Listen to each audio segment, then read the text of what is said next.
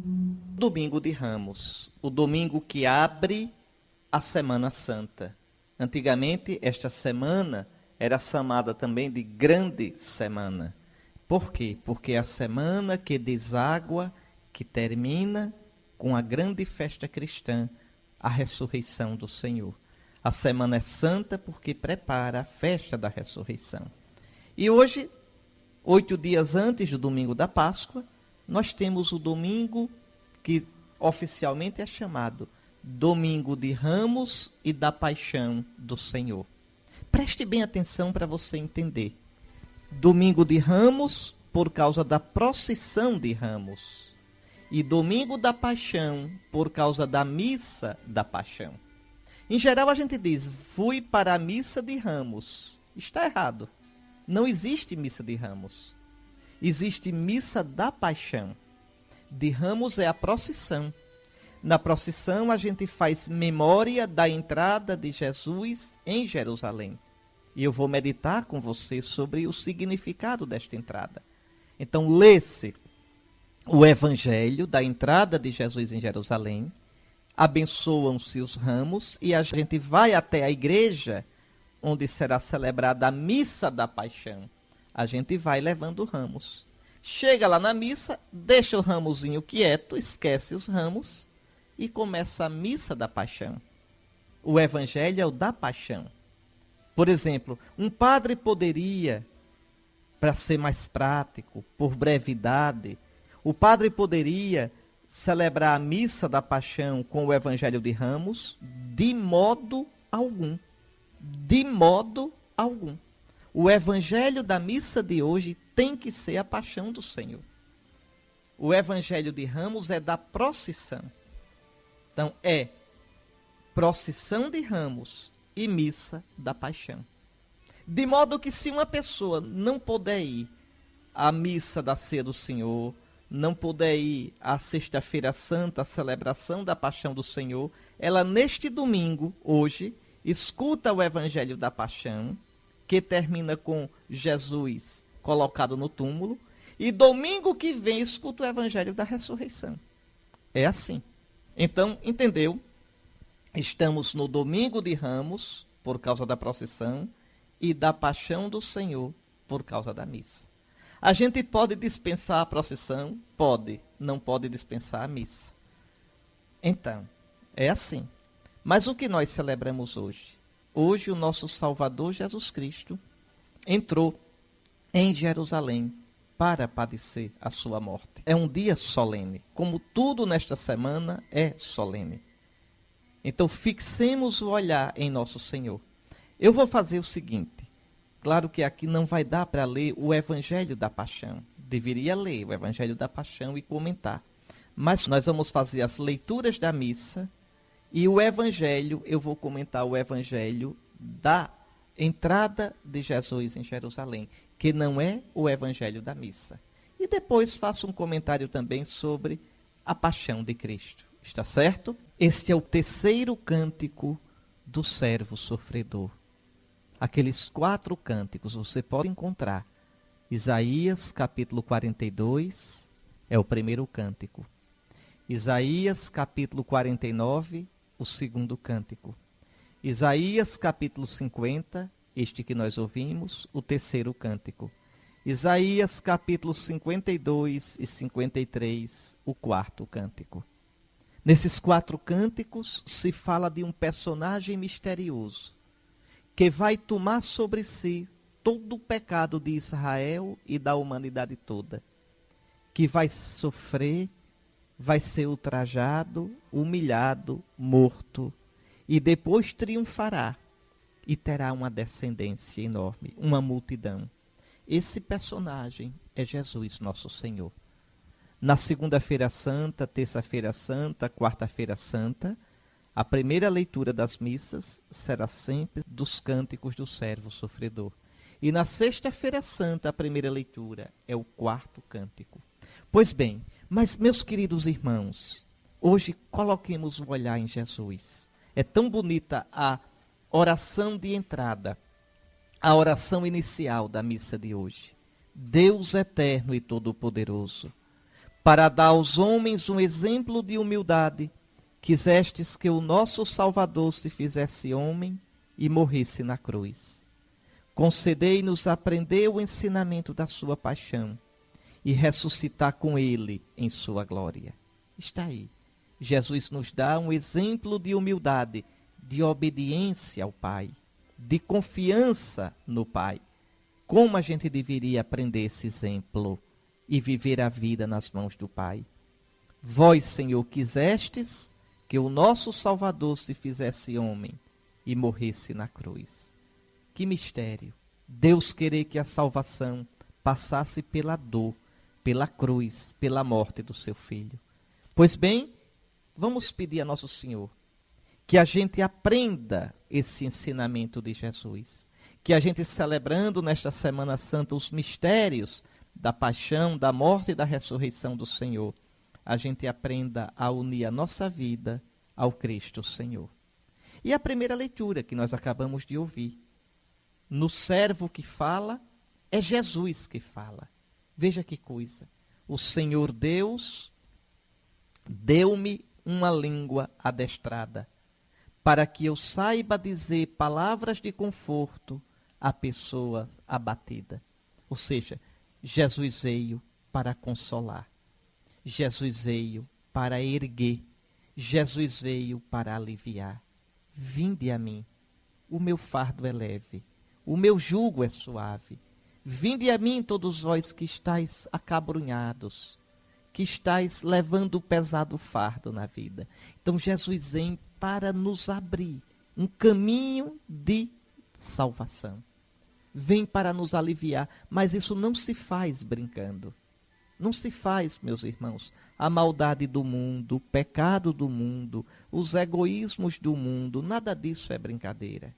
Jesus deverá tomar sobre si as consequências do mal do mundo todo. E veja como diz ainda o servo: Ele, o Senhor, me desperta a cada manhã e me excita o ouvido para prestar atenção como um discípulo. Isso é uma coisa muito impressionante em Jesus. Jesus é Deus. Jesus é o Filho eterno feito homem. No entanto, ele não veio fazer a sua vontade, mas a vontade do Pai. Meu alimento é fazer a vontade do Pai. Minha palavra não é minha, eu falo o que ouvi do meu Pai. Que coisa impressionante. Que coisa impressionante. Olha como Jesus diz, como o servo diz: Deus me desperta a cada manhã e me excita o ouvido para prestar atenção como um discípulo. Ou seja, o Pai foi falando na minha vida. O Pai foi mostrando o caminho que eu devia seguir. E que caminho é esse? O Pai vai mostrando a Jesus que o caminho passa pela cruz. A carta aos Hebreus diz que Jesus muitas vezes pediu ao Pai que o livrasse disso. Mas apesar de ser o filho, aprendeu a obedecer no sofrimento. O Pai vai mostrando o caminho. E Jesus vai dizendo: amém, faça-se sim. Olha aqui, o Senhor abriu-me os ouvidos, não lhe resisti, nem voltei atrás. Que lição! Quantas vezes o Senhor nos mostra as coisas. Quantas vezes o Senhor nos revela a sua vontade e a gente de fininho vai fazendo do nosso jeito. Cristo se fez obediente ao Pai até a morte. Cristo entrou no mundo rezando. Está lá na carta aos Hebreus. Ao entrar no mundo, ele disse: Tu não quiseste sacrifício pelo pecado, nem oblações. Tu me deste um corpo. Por isso eu disse: Eis que eu venho para fazer a tua vontade. É a obediência, essa obediência amorosa de Cristo ao Pai, por nós, que foi causa da nossa salvação. A nossa salvação vem da obediência de Cristo. Uma obediência que vai até derramar o seu sangue. O Senhor abriu-me os ouvidos, não lhe resisti, nem voltei atrás. Resultado, está aí no versículo 6. Ofereci as costas para me baterem e as faces para me arrancarem a barba.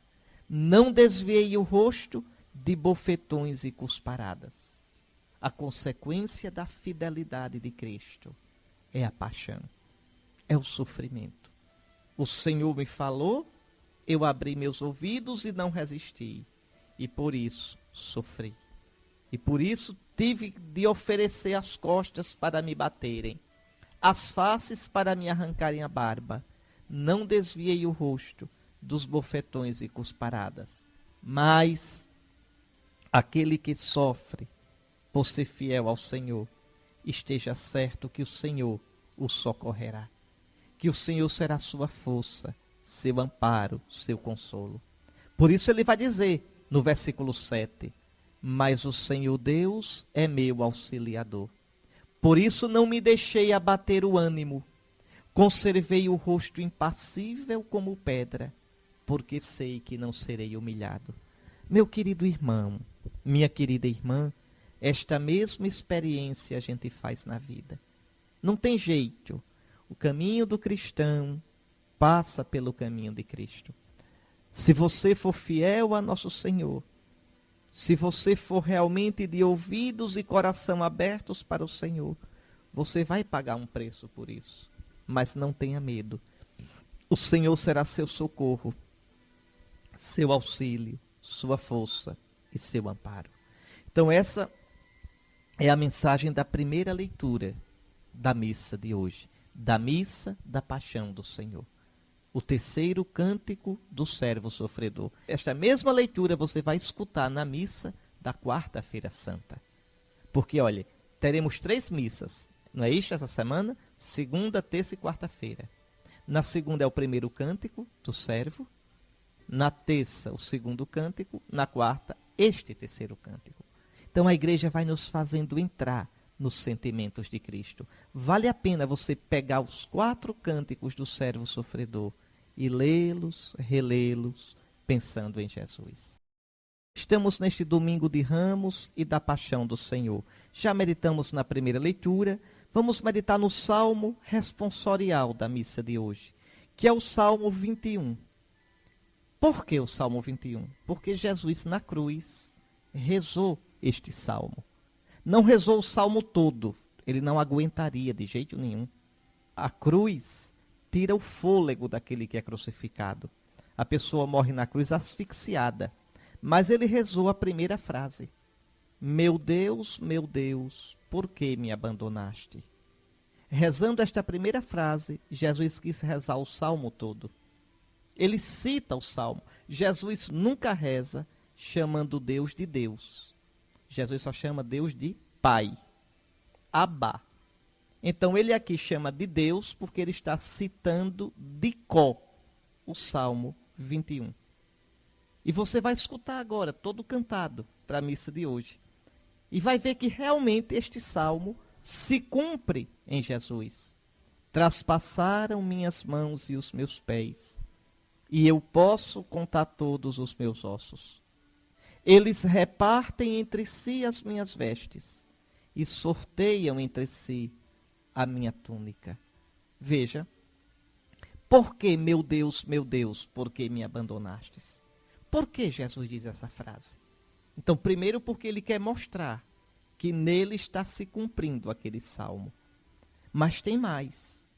Humanamente, na sensibilidade humana de Jesus, Jesus é uma pessoa divina. Jesus é a segunda pessoa da Trindade. Mas ele se fez homem de verdade.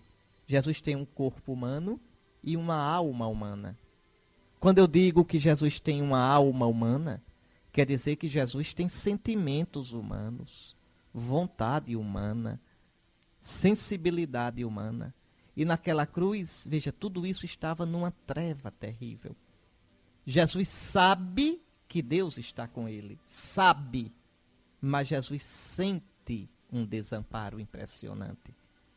Você imagine uma pessoa, talvez você tenha passado já por isso na vida, sabe que Deus existe, confia em Deus, veja, mas o seu sentimento é de uma treva total, não sente consolo nenhum, não sente força nenhuma, não sente a presença de Deus, sabe que Deus está com você, mas não sente. É assim que Jesus se encontra na cruz. Toda sua sensibilidade humana encontra-se em treva. Jesus está com fome. A última refeição foi na última ceia. Veja, quando na cruz, no dia seguinte, sem ter comido nada, passou a noite em claro, apanhou na casa de Anás, apanhou diante de Pôncio Pilatos, foi duramente flagelado. Os romanos não brincavam. Às vezes a flagelação era tão dura que arrancava pedaços da carne do que estava sendo flagelado. A flagelação às vezes era tão dura que o réu não aguentava e morria. Morria durante a flagelação. Jesus estava tão fraco que precisou Cirineu levar a cruz para ele, a trave da cruz. Então, é uma situação de escuridão. Vale a pena você rezar o salmo todinho com a sua Bíblia. Você vai ver que não é um salmo de desespero. Meu Deus, por que me abandonastes? Veja, mas vós que temei o Senhor, esperai nele. Eu vivo para ele, e minha descendência haverá de servi-lo. É interessante. Naquela dor enorme, o salmista sabe que o Senhor o defenderá e no fim fá-lo-á triunfar.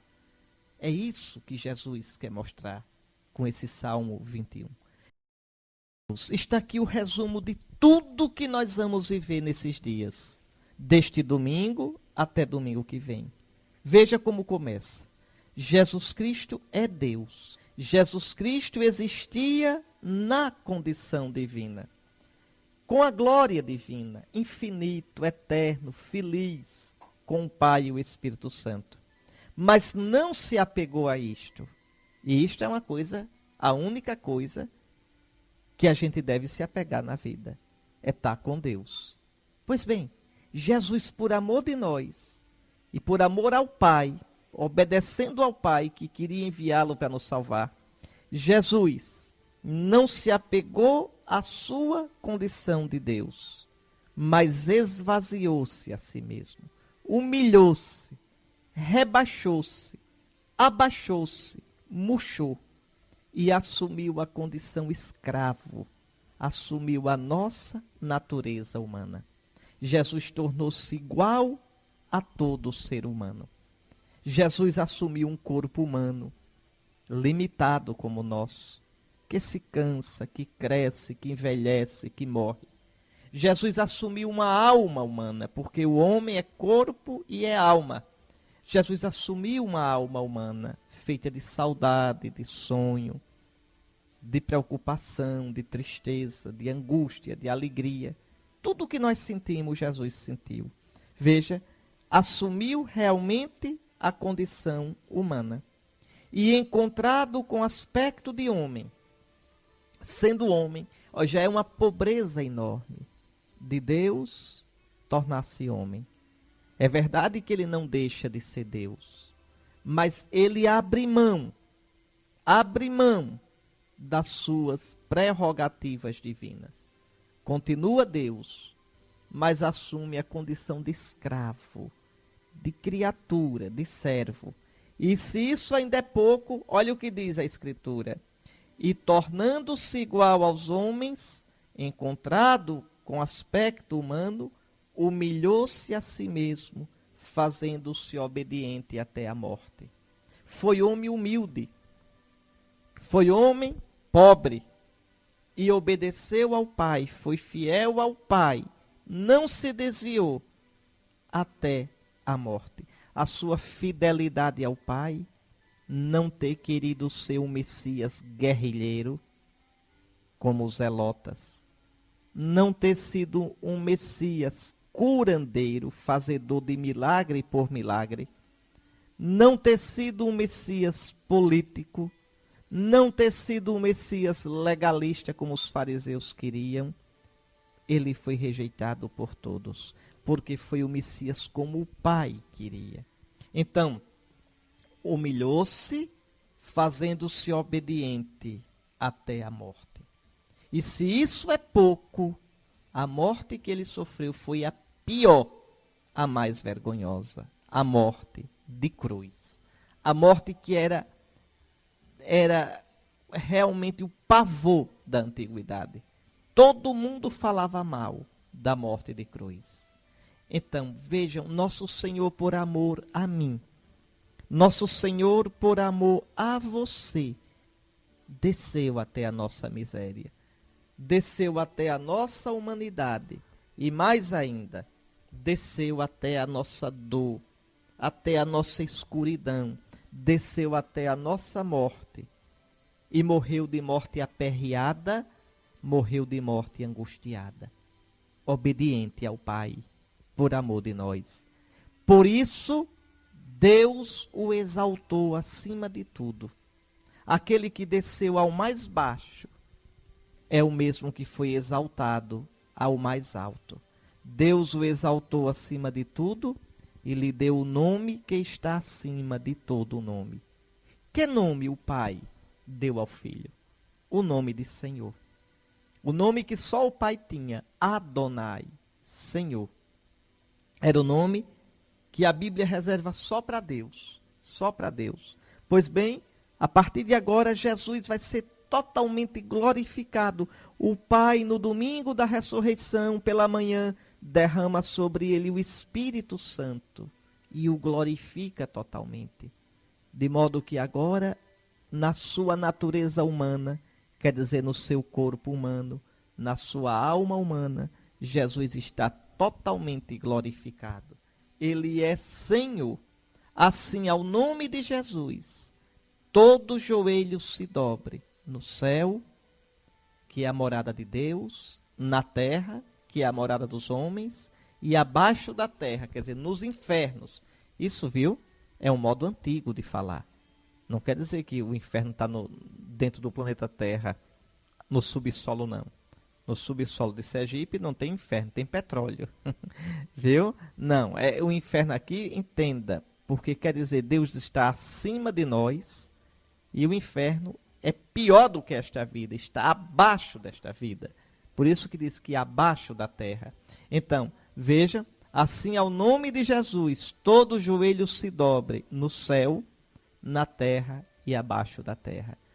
Em outras palavras, todos os seres, toda a criação se dobre e toda língua proclame: Jesus Cristo é o Senhor. Jesus Cristo é glorioso. Jesus Cristo é Deus. E isto é para a glória do Pai. Porque o Pai foi fiel. O Pai não abandonou o seu Filho. O Pai ressuscitou o seu Filho Jesus.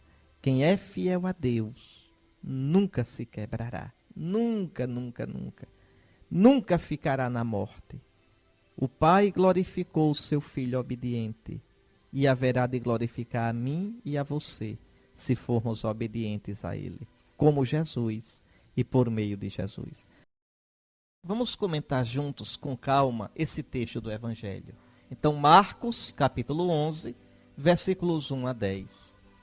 Veja, quando se aproximaram de Jerusalém, na altura de Betfagé e de Betânia, junto ao Monte das Oliveiras, Jesus enviou 2 discípulos, dizendo: ide ao povoado que está em frente, e vocês já escutaram, pegar um jumentinho e desamarrá-lo. Atenção, Jesus estava em Betânia, no Monte das Oliveiras, tá certo? Betânia fica atrás do Monte das Oliveiras. Aí você vem de Betânia, passa por Betfagé, desce o Monte das Oliveiras, tem uma grota embaixo. O povo do mato, né? Embaixo da montanha tem o quê? Uma grota, tá certo? Então, uma grota. O que é que tem nessa grota? Essa grota é chamada de Vale de Josafá, tá certo? Nessa grota, embaixo no vale, tem um riacho. Um riachozinho de nada. É a torrente do Cedron. Jesus atravessa a torrente do Cedron e vai subir outro monte. Que monte? O monte onde está Jerusalém. O monte Sião. E o monte onde está o templo. O monte Moriá. O monte do templo. Então, veja, Jesus, quando chega no Monte das Oliveiras, manda, ali em Betfagé, desamarrar esse jumentinho. Por que é que o Evangelho fala nesse jumentinho? Qual é a importância de um jumento no evangelho de hoje, não é? São duas coisas, para você entender. Uma, o evangelho já disse, é para se cumprir a profecia. O profeta Zacarias tinha dito: alegra-te, Sião. Solta gritos, Jerusalém. O profeta aqui estava falando quando o Messias viesse. Eis o teu rei vem a ti. Jerusalém estava na pior. Não tinha mais rei, não tinha mais nada. Virá o teu rei, um descendente de Davi. Ele vem, mas em humilde, ele não vem a cavalo. Transporte veloz, forte, alto, para a guerra. Não, ele vem no jumento, que é o animal usado pelo servo. Veja, ele vem para servir. Ele vem como rei de paz. Ele vem montado no jumento, cria da jumenta. Aí é o jeito que o oriental tem de falar. Tá certo? Quando você vê esses arrudeios assim na Bíblia, não se espante. É o jeito de falar do oriental. O jeito. Tá certo? Por exemplo, vem uma senhora que cuida do burrinho. Ela tem um burrinho. Ela passa por um rapaz, o rapaz faz: boa tarde, mãe do burro. Mãe do burro porque ela cuida do burro. Aí ela diz: boa tarde, meu filho. Ó, se ela é mãe do burro e o outro é filho dela, então cabe a irmão do burro, é burro também. Mas não é assim. O oriental não pensa desse jeito. O oriental tem o jeito de falar que é do próprio da região. Quem é mentiroso é pai da mentira, ou filho da mentira. Veja, quem é perdido é filho da perdição. Então são modos de falar. Por isso o profeta diz: eis que ele vem num jumento, cria da jumenta. É claro que o jumento é cria da jumenta. Mas é o jeito de falar. Então, Jesus vai entrar em Jerusalém como rei. Ele é o rei anunciado pelo profeta Zacarias. Ele é o descendente de Davi. Ele é o Messias. E por isso o povo vai gritar: bendito o reino que vem, o reino do nosso pai Davi. Chegou o tempo do Messias. Chegou o descendente de Davi. Deus agora vai estabelecer o seu reino, como ele tinha prometido. Está aí. Mas tem outro motivo para Jesus mandar desamarrar aquele jumento. Tinha outro motivo. Se você pegar o primeiro livro dos Reis, capítulo 1, quando Davi estava já velhinho, ele determinou que Salomão devia ser o rei no lugar dele. Aí, olhe, 1 Reis, capítulo 1, versículos 32 e seguintes. O rei Davi ordenou, veja, olha o que é que o rei Davi ordena: tomai convosco os servos do vosso amo, fazei montar na minha mula, no meu jumento, o meu filho Salomão, e descei com ele a Giom. Lá o sacerdote Sadoc e o profeta Natã o ungirão como rei de Israel. Tocareis então a trombeta e proclamareis: viva o rei Salomão. Subireis então atrás dele, e ele virá sentar-se no meu trono para reinar em meu lugar. Ou seja, Jesus é o verdadeiro Salomão, o príncipe da paz. Shalom, Salomão vem de Shalom, pacífico. É Jesus o verdadeiro descendente de Davi. É Jesus o verdadeiro rei de Israel. É Jesus o Messias. Está aí. Por isso esse jumento. Desamarrar o jumento. Está certo? Então Jesus entra em Jerusalém. E o povo reconhece o sinal. O povo conhecia a Escritura. E aí começa a gritar. Veja, Hosana, bendito que vem em nome do Senhor. Bendito seja o reino que vem. O reino que os profetas tinham prometido. Então, é impressionante. Hoje, participar da procissão de Ramos quer dizer isso. Eu creio, Senhor, que Tu és o Messias. Eu creio, Jesus. É a gente proclamar diante do mundo, nas ruas das nossas cidades. Nós cremos que Jesus é o Messias. Nós cremos que Jesus é aquele que tinha sido prometido. Ele é rei. A procissão é uma procissão real hoje, em honra de Cristo Rei. Mas não é um rei que vem dominar pela força. É um rei humilde, um rei pobre, um rei que terá como coroa a coroa de espinhos, como trono a cruz, como cetro a cana que vão colocar na mão dele, como manto o manto vermelho de escárnio. Está aí, como honra as bofetadas e as cusparadas. Então hoje você pegar o ramo e sair em procissão é dizer, eu creio que Jesus nos salva assim. E eu estou disposto a ir com ele. Olhe, não dê o beijo de Judas em Jesus, não. Não renegue como Pedro. Não descreia como Tomé. Não fuja como os 12 na sua vida. Mas vá fiel ao Senhor até o fim. É por isso que esse ramo da procissão a gente deve guardar em casa. Guardar num canto para lembrar, eu te segui, Senhor. Eu te proclamei, Senhor. Agora eu te quero seguir na minha vida. É este o sentido. Esse ramo, no ano que vem, você entrega na paróquia para ser queimado para fazer as cinzas da quarta-feira de cinzas do ano que vem, de 2013. Então, é esse o significado da leitura de hoje. O nosso Salvador Jesus Cristo entra em Jerusalém para morrer. Entremos com ele. Como eu disse, o evangelho de hoje, do evangelho da missa da paixão, é segundo Marcos. E eu não comentei aqui esse evangelho que é a paixão de Cristo. Mas você vai escutar na missa. E eu queria somente chamar a atenção. Olhe, esse relato da paixão em Marcos, que é mais curto, é mais enxuto, apresenta-nos ao menos 3 modos de a gente se colocar diante de Cristo, nosso Senhor. 3 modos o evangelho de hoje, a paixão de Cristo mostra. 2 modos errados. 2 modos inadequados que deveremos evitar, apesar de tantas vezes a gente cair neles. E um modo correto. Deixa eu lembrar você esses 3 modos. Primeiramente, o modo dos discípulos, que é vergonhoso. Você vai escutar na paixão. Então todos o abandonaram e fugiram. Que vergonha. Meu caro irmão, que vergonha. Olhe, desde o início temos sido covardes. Somos uns discípulos covardes. Já começa com os 12. São os 12 primeiro frouxos. E depois vem eu e vem você. Então todos o abandonaram e fugiram. Somos um mísero bando de infiéis. Quantas vezes, nos apertos da vida, fugimos e abandonamos o Senhor?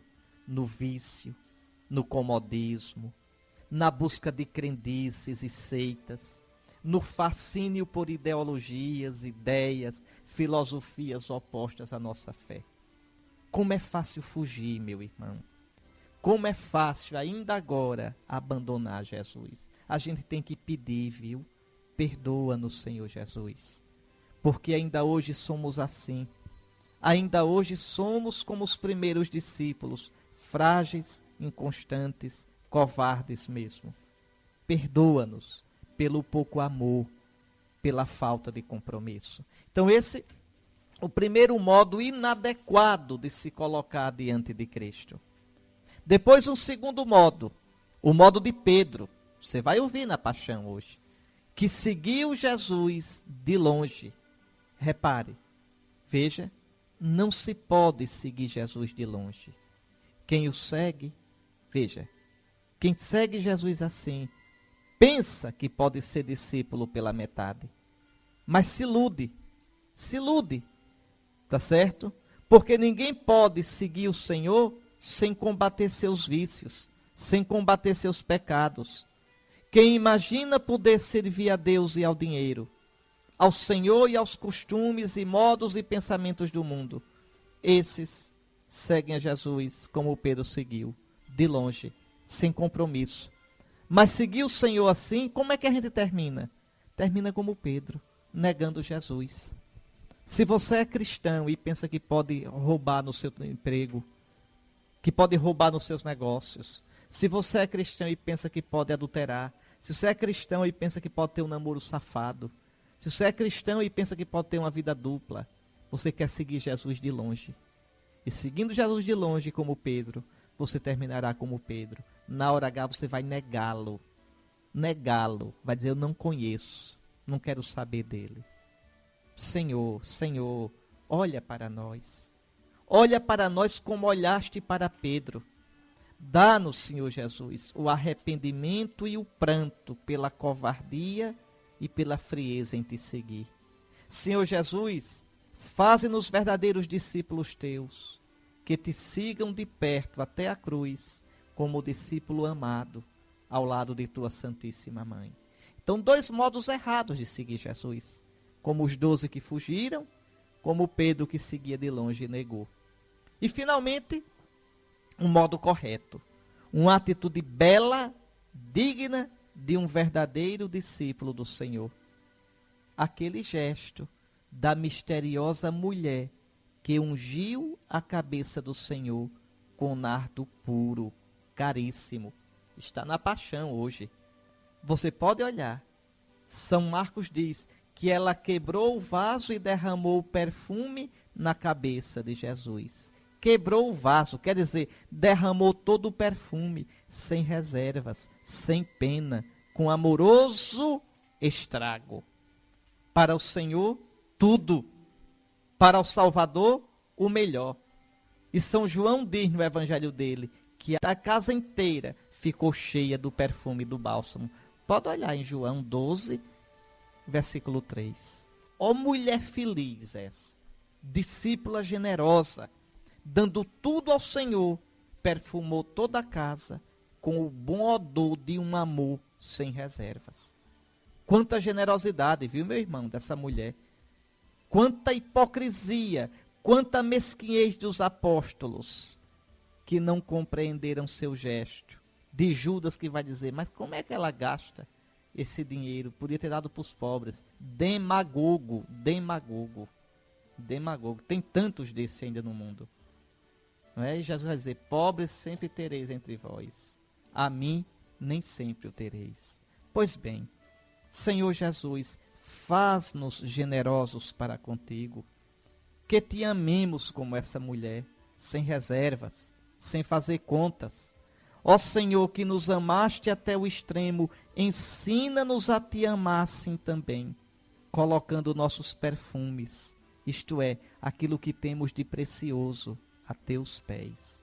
Então o mundo será melhor, porque o bom odor do amor haverá de se espalhar como testemunho da tua presença, como se espalhou na casa daquela mulher. Está aí, meus irmãos, está aí. Então, vivamos bem essa Semana Santa. Quem não se confessou, procure se confessar. Lembro, quinta-feira santa à tarde, começa o Tríduo Pascal. Está certo? Pela manhã teremos a missa do Crisma. Pela manhã, na quinta-feira, não se pode celebrar missa alguma em canto nenhum. De modo algum. Só nas catedrais, o bispo celebra a missa do Crisma, rodeado pelos seus padres.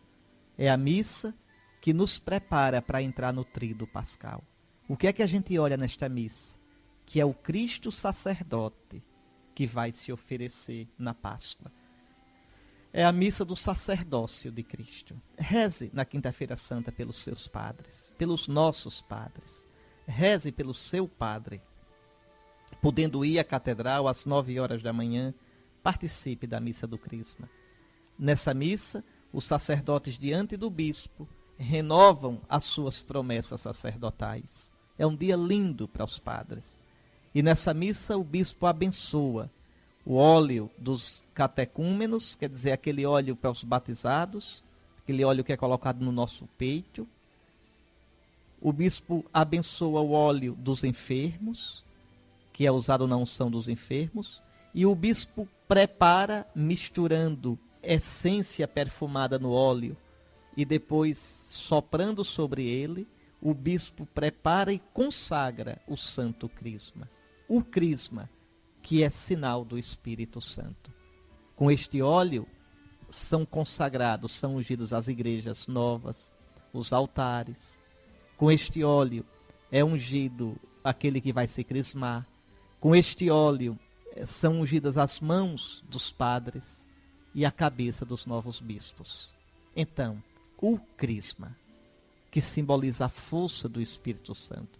Esses 3 óleos lembram isso, né? Que toda a força do Espírito Santo que o cristão recebe nasceu da Páscoa de Cristo. Nasceu pela morte, e pela ressurreição do Senhor. Isso na quinta-feira santa pela manhã. À tardinha, começa o tríduo pascal. A missa da ceia do Senhor, que pode ser à tardinha ou à noite, e se celebra o mandamento do amor, que é simbolizado no lava-pés, o sacramento do amor, com a instituição da Eucaristia, e o sacerdócio. Jesus manda que a igreja celebre isto em memória dele. Aqui algumas coisas, só para lembrar você, para você entender. Quando termina a missa da quinta-feira santa, a missa da ceia do Senhor, o padre vai levar de modo solene a reserva eucarística, as hóstias consagradas, que serão comungadas na sexta-feira santa, porque na sexta-feira santa não tem missa. Então ele leva para um altar fora da igreja, chamado altar da reposição, e se faz uma procissão. Veja, não é procissão pelo meio da rua. A procissão é para o altar da reposição.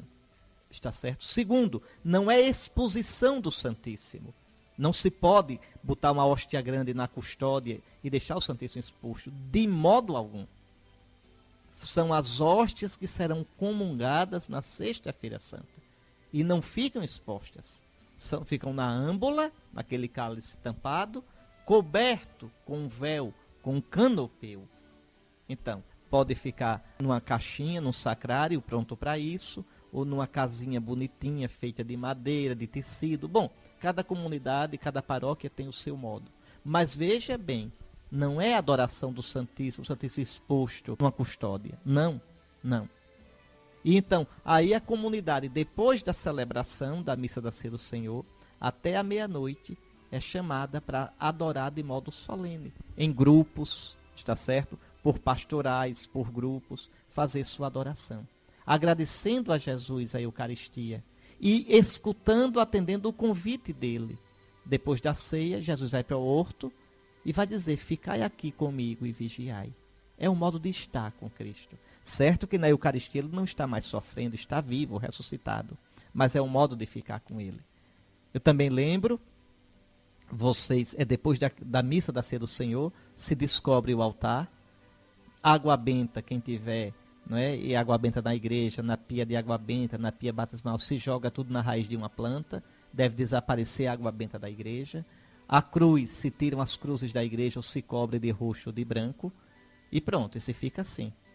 Na sexta-feira santa, lembre, é dia de jejum e dia de abstinência de carne. Não comer nada de carne, e o jejum é uma refeição só completa, e as outras duas refeições devem ser tão xoxinhas que juntas não dê uma refeição completa. Muito bem, líquido não quebra jejum. Vocês, na sexta-feira santa, veja, não tem adoração solene ao Santíssimo. A adoração ao Santíssimo, ela vai, a adoração ao Nosso Senhor, lá no altar da reposição, é até meia-noite. Depois de meia-noite, não. Depois de meia-noite, a oração é silenciosa e privada. Não em grupo, não cantando. Silenciosa e privada. Aí, pelas 3 horas da tarde ou à noite, o melhor é às 3 da tarde, a celebração da Paixão do Senhor, que não é uma missa. É uma liturgia da palavra, com a oração dos fiéis feita de modo solene, cantada. Depois, a adoração da cruz, que não é adorar a madeira que está ali, mas adorar o sentido do que aconteceu ali, adorar o que aconteceu ali. E depois a comunhão, está certo? A comunhão com aquelas partículas consagradas no dia anterior. No dia anterior. Bom, no sábado santo a igreja guarda silêncio, não é? Pela morte, o Senhor está na morte, é isso que nós celebramos. A igreja, nesse dia, atenção, ministros da comunhão, muita atenção, porque pode ser que o padre, por descuido, não recorde. No sábado santo é proibido dar comunhão a qualquer pessoa, mesmo aos doentes. É proibido comungar no sábado santo. No sábado santo só se pode dar comunhão em perigo grave de morte. Aí se leva a comunhão em viático, a comunhão para a pessoa que está para morrer. Fora disso, não se dá comunhão no sábado santo. É dia de total jejum eucarístico. E aí, depois que o sol se põe, na noite do sábado para o domingo, quanto mais tarde, melhor. O bom era começar a vigília lá pelas 10 horas, mas infelizmente, né, se está colocando a vigília para muito cedo, mas nunca com o sol. É sempre depois que o sol se põe. Então, pelas 6 da tarde, ainda está cedo para a vigília. Pelo menos umas 7. Pelo menos. Aí a grande vigília pascal, que é a celebração mais importante do ano. Que já é, veja, é a grande celebração da Páscoa. Quem celebrou a vigília, celebrou a Páscoa. A vigília se compõe de 4 partes. Uma liturgia do fogo, na qual se abençoa e se acende o círio, que simboliza o Cristo ressuscitado. Uma liturgia da palavra, 9 leituras, com os salmos, meditando o sentido daquela noite santa, o sentido da ressurreição.